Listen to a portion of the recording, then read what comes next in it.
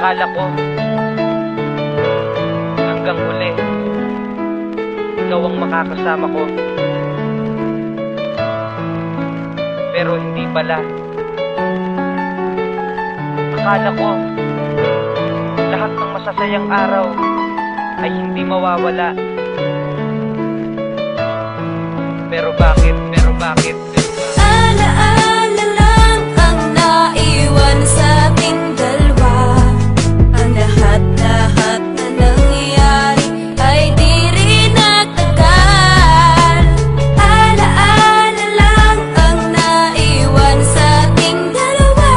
Kung nasan ka man ay hindi ka malilimutan. Kay sarap namang isipin na pag-uuwi ako, may babae na naghihintay sa pagdating ko. Ginagawa niya ang lahat para ang pagod mawala. Pinapasaya ako kapag ang mood nag-iiba. At iba talaga siya, oo, ibang-iba siya sa mga nakilala kong babae. Ewan ko nga ba, kahit di siya kagandahan at ayaw rin ng pamilya ko, hindi niya ko iniwan at hindi rin siya sumuko. Pinaglaban ng pag-ibig, pinaglaban ng pangako, pinaglaban niya lahat at tinupad at dinapako. Masasabi ko ang swerte ko dahil natagpuan ang babae na katulad mo. Kahit hinusgahan ka ng maraming tao, kesyo di raw tayo bagay, di mo nalang pinansin at hindi ka nakipag-away. Kaya't sanay kung nasaan ka man ngayon mahal, pinapangako sa puso ko di ka matatanggal. Alaala lang ang naiwan sa ating dalawa. Ang lahat-lahat na nangyayari ay di rin nagtagal.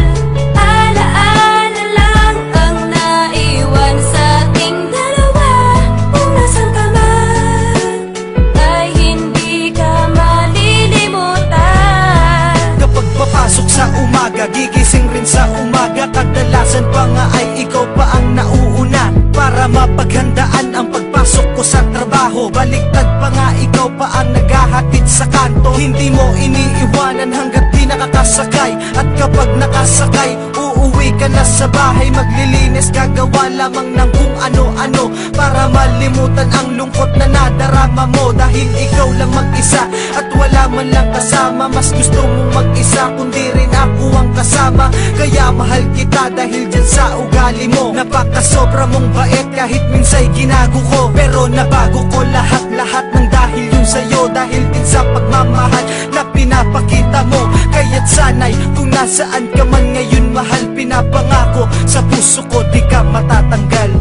Alaala lang ang naiwan sa ating dalawa.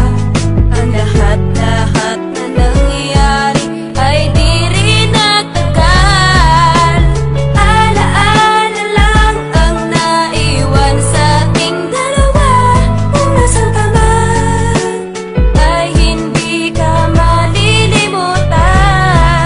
Alas 11 ng gabi, pauwit naglalakad. Ang bilis ng tibok ng puso ko, ako'y agad-agad nag-text sa'yo para malaman ko kung okay ka. Pero di ka nag-reply kaya ako'y nag-alala. At may tumawag sa'kin, pagtingin ko ay ikaw. Sinagot ko agad ang telepono pero hindi ikaw. Iba ang kausap ko, sabi ko kung sino siya. Sabi niya doktor ako, ikaw ba ang asawa niya? Nagtaka naman ako kung bakit siya ang sumagot. Sagot niya ay wala na siya pero meron siyang nadampot na regalo at nakalagay para sa mahal ko. Happy anniversary mahal, para sa'yo to. Sabi sa'kin ng doktor at sabi sa'kin ng nakakita. Bumili siya ng regalo, tumawid sa may kalsada. At hindi niya nakita na may palapit pala na sasakyan at tuluyan nang naputol ang hininga. Ano na ngayon?